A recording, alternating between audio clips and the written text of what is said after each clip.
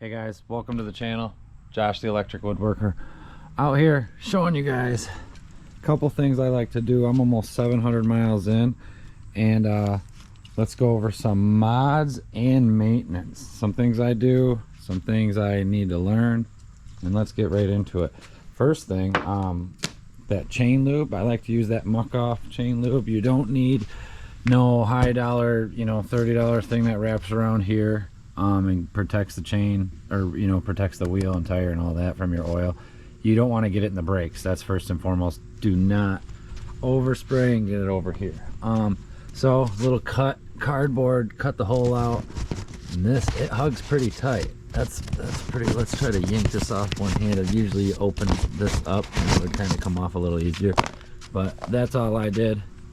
Make a little cut out there, cut a little 2-inch hole. Make sure that holes, don't make no little 1-incher.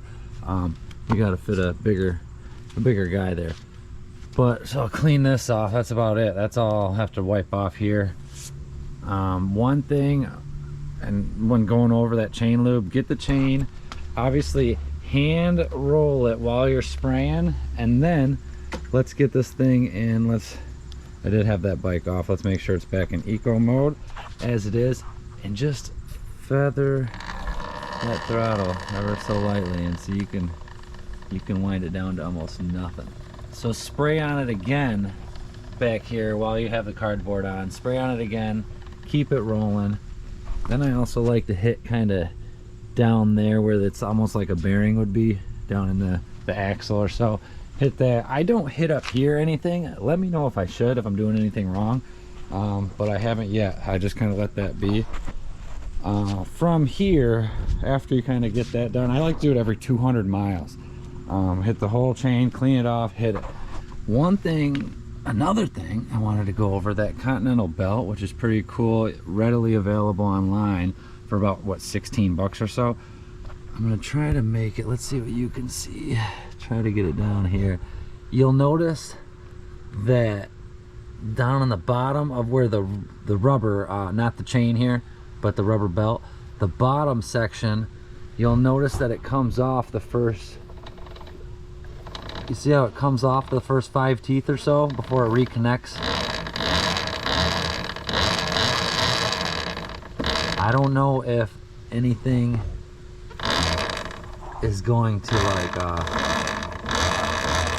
I don't know if anything's gonna cut the belt eventually, because those are kind of sharp teeth in there. So I don't know if that will start to fray it as you hit it hard, but 700 miles, I ride this thing pretty hard. I haven't had nothing yet. No fraying. Let's check it out. Look at it. Beautiful. And nothing, no problems there. I gave this bike a good clean job. I was kind of sick of, once I put these tires on, I was sick of getting mud all over on this thing. You'll be able to kind of see what I'm talking about right here. Just way too much. I was getting mud all up in everything. So they didn't have a flap yet. Excuse this truck coming. They didn't have a flap yet. The mud flap that would connect down here and go straight up. I bought this from the for the MX4, thinking it would just kind of, I'd find a space to be able to connect it or so. They give you those 2 connection point anyway. So I figured I'd find a little space up here to get it. It wouldn't reach. It was about to here. So I had to move this up to here, and then really, now he's gonna back in. But yeah, so I drilled a hole center, drilled one hole in the center, and then moved it up. I kept these flaps down here. You'll notice they're perfect. They kind of stay right there. They're gonna kick off. They're actually block a lot more mud that flung over here, which leads me right into, and this has been working perfect. This is as high up as the suspension's gonna get, so from here it just kind of folds down nice. But that mud would come up here. As you could tell, everything was caked, would always get caked, and I'd have to keep cleaning it. But the water would also hit here. Since the flap kind of folds down, I don't know how open this is. I have opened it, but I guess I'll check again to see if any water has gotten in. But water, yeah, it goes down here, mud rather, and that water in the mud would want to go in here. So that's where all your connections and all that are right there. So I don't know how good of a design that's going to be in the long term. So far, no issues, obviously. I did, since we are back here talking about this already, this valve, not a lot of people are new to this like me. would know that there's a valve here. I believe it comes 30 psi right in there somewhere. Don't give or take 5, but right around 25 to 35 psi. I checked that was accurate, and then I bumped it up to 45 or 50. So I did initially I just squeezed that trigger, and man, it fills up so fast that it got up to 135 like that, and then it took maybe a quarter of a second when I squeezed that to let all the air out.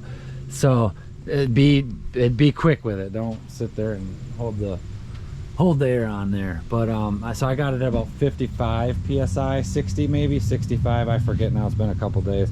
No issues. It might be better. I don't know of any crazy difference. I did just kick this adjustment on the front forks. I kicked this down to for the 5 clicks, which is in the middle. You have 10 clicks overall. 10 clicks the highest. 1 click would be the softest suspension, or the softest rebound rather. Suspension, I guess same thing. But so I did 5. I've been having it more towards the soft side, but I was noticing it kind of eat the jumps. So my front end wouldn't fling up as high as I want. So I'm just scared of damaging that front end. I don't know what the max these things can handle. So I'm gonna do that at 5 for now.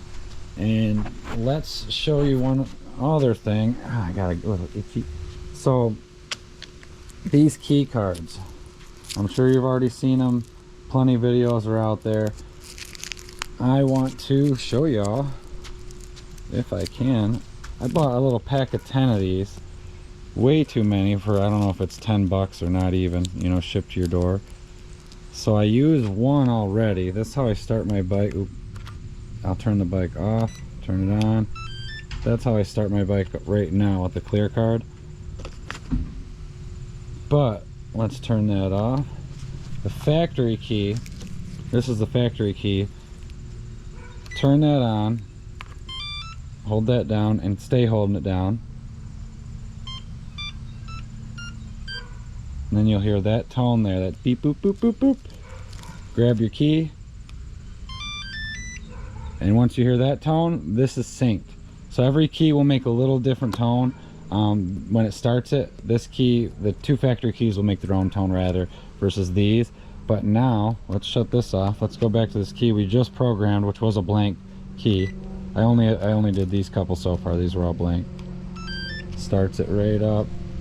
Front headlight on. And bam.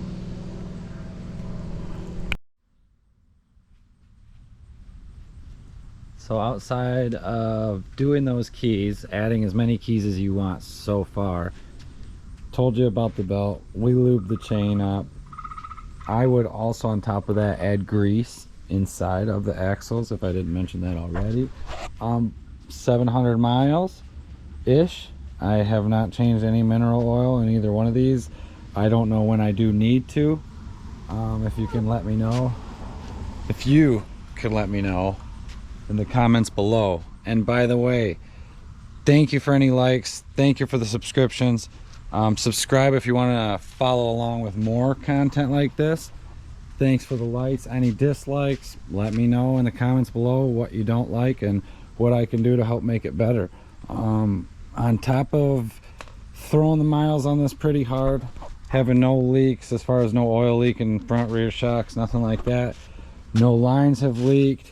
Lights, everything is working perfectly as it should, even though I snapped this back little tail right here, this piece I just have hanging in there. Tail light works perfect still.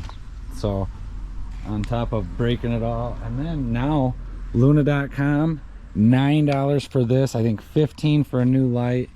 Cheap as all giddy up. I say order a couple if you don't have any. 29 bucks for a new throttle. Not too shabby at all. Parts becoming available for this quick, and the parts that are very, very low cost. So can't go wrong with that. These tires are holding up awesome. You can see after 100 miles I am getting a little tail flippy right there, which that is not like that, so that means I am starting to eat through this. I have been driving quite a bit on cement. I will say about 200 miles, not 100. I have worn my nubs off pretty much everywhere except for the outer tier. Man, this thing, she's going smooth. I feel it might be getting quieter as I drive it more, ride it more. The headlights still suck. They are straight needles ahead. The benefit to that is nighttime riding with that straight, you know, when you get that flicker when you're driving, you know it's not just a light on the side of the road. You know it's a car coming. That's one thing with this. It's not just like a little bulb, you know, where it's like, oh, I gotta dodge that. You can tell it's somebody driving something. It's coming at you. But I do put this Phoenix light here. Way better. Way better. It has a tactical mode, which I would hope to never have to use, but bam, something like that. But the 5 or 6 modes that it's had on it, after the 3rd mode, it's already brighter than the factory headlight. So you have 3rd, 4th, 5th, and 6th mode, I believe, or something, 3rd, 4th, and 5th mode that are all brighter than the factory headlight. Shine further, shine wider, better color temperature, I'll say. Hey, you calm down. Get this. Boom, boom. Look, life ain't bad. Life isn't bad. Life isn't bad. Wish me luck, people. This matches my orange, and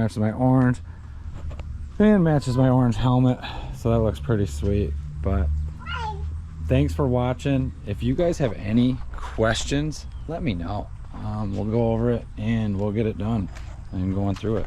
But thank you guys, and you have a great one. Peace.